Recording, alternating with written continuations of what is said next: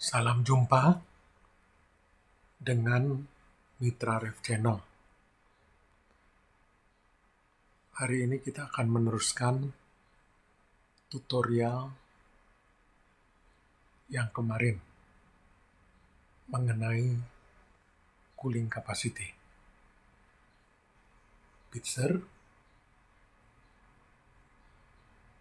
ataupun Dorin. Dari sana seharusnya kita sudah bisa menghitung atau memilih barang-barang lainnya, komponen-komponen lainnya. Kalau misalnya personil sudah menguasai teknik pendingin, ini sudah mudah sekali. Kita harus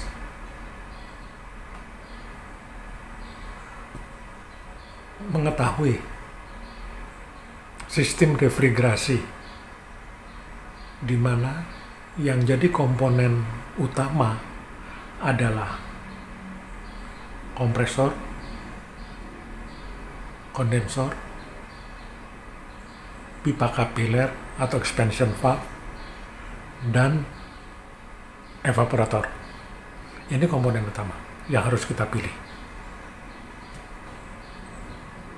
Kalau kompresor sudah ketemu, kita bisa memilih kondenser.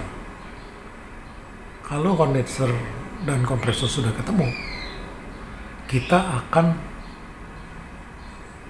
bisa menghitung expansion valve atau pipa kapilernya. Dan tentu sama juga dengan evaporatornya. Semua sudah bisa kita seleksi yang mana yang akan kita pakai. Nah, kebetulan kalau kita Mitra Rev dengan pengalaman yang begitu lama, kita sudah memiliki database yang begini panjang nih. Ada Dorin, Enfos, terserah daripada user dan owner yang memerlukannya. Atau kita menghitung satu demi satu. Kondensornya mau pakai yang merek apa, ya kan? Itu semua sudah bisa diseleksi melalui kompresor kemarin yang kita sudah ketemu. Ini fan coilnya kita lihat. Ada mau merek-merek apapun ada di sini. Satu contoh misalnya, Dorin freezer ini kita sudah bikinin. Kalau yang di freezer itu dengan temperatur minus 25, ini barangnya apa aja? Ini sudah lengkap. Bahkan user nanti tinggal mengganti price list ini, price list di depan, maka mereka akan mendapatkan harga yang real, harga saat itu. Nah, ini langsung ketahuan jumlahnya. Oh, dengan mesin ini Dorin yang sekian, tipenya, memakai peralatannya apa, yang sudah lengkap banget, ya, harganya totalnya langsung berapa. Janji saya 2 menit kemarin tuh terjadi gitu. Memang kita sudah siapin semua. Nah, ini kita bisa lihat ada price list, ada Dorin chiller, ada Dorin freezer, ada merek Revco, bagaimana yang variasi two state, bagaimana yang Bitzer, serinya yang high temperatur, yang low temperatur, semua sudah ada di sini. Ada yang Danfoss, ada yang merek Bock, yang open tight, lengkap sekali di sini. Bahkan untuk tipe-tipe lainnya, untuk industrial water chiller apa, kita sudah bikinin semua di sini. Bagi yang terus berkomunikasi sama kita, mengikuti pelatihan kita, ini sudah gampang sekali. janji 2 menit ini akan tercapai. Oke, kita kembali lagi ya. Kalau kita tadi sudah mendapatkan mesinnya, ini mesinnya tadi 4 komponen utama adalah kompresor, kondensor, expansion valve ya, dan ini evaporator. Ini 4 komponen utama. 1, 2, 3, dan 4. Sebenarnya selain itu ukuran daripada pipanya. Nah, kalau kita lihat ini, ukuran pipa penting. Selesai sudah kalkulasi kita sebenarnya.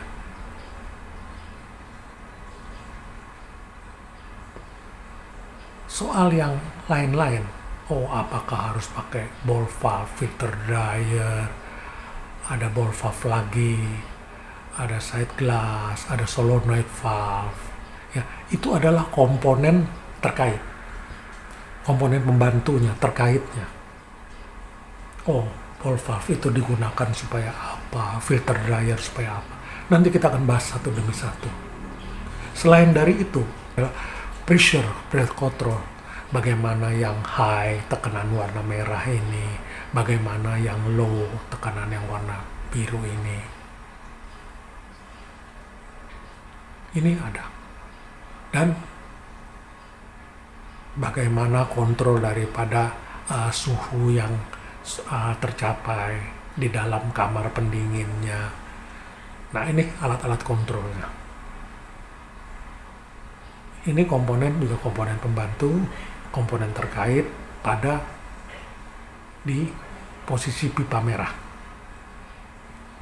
Ada oil spreader, ada check valve. Saya terima kasih sama Danfoss ini. Ini Danfoss punya ya. Terima kasih sama Danfoss. Menarik karena dia bisa bergerak. Nah, kita sebenarnya harus tahu. Orang-orang pendingin harusnya tahu. Harusnya sudah mempelajari. Apa itu sistem refrigerasi? Begini, memakai bahasa yang sangat sederhana supaya kita nggak pusing. Kalau kita lihat gambar ini,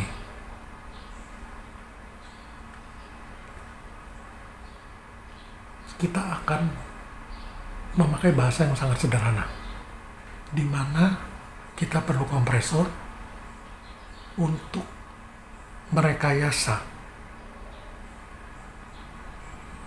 freon atau alat pendingin, media pendingin, supaya bisa dipakai untuk mendinginkan satu ruang di sini. Nah, teknik pendingin adalah merekayasa tekanan daripada media refrigerannya, media pendinginnya. Ditekan dengan kompresor menjadi tekanan tinggi, temperatur tinggi, makanya dia berwarna merah. Dia jalan, ya, dia lewat beberapa komponen yang kita bahas nanti berikutnya. Dia masuk ke dalam kondensor. Di kondensor ini dia karena terjadi kondensasi, makanya tekanannya akan turun. Dia berubah jadi kuning. Nah, dia akan berubah jadi liquid karena dia tekanan turun dari gas tinggi dikompresi menjadi gas yang tinggi.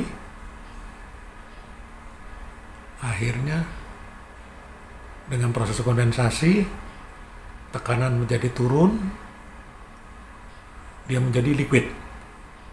Nah, dia berubah jadi kuning. Dia melewati liquid line, melewati beberapa komponen terkait, ya,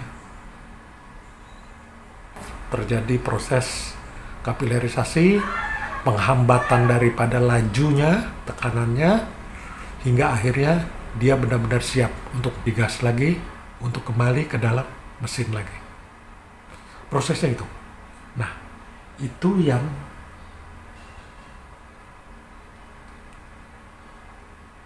saya berikan secara sederhana di sini untuk sistem refrigerasi. Jadi peralatan utama dan metode serta efeknya ini. Kalau tadi ada kompresor, kondensor, pipa kapiler, evaporator, hanya 4 komponen utama itu. Makanya akan terjadilah teknik refrigerasi, teknik pendingin. Nah, di sini fungsi dan metodenya terjadi uap jenuh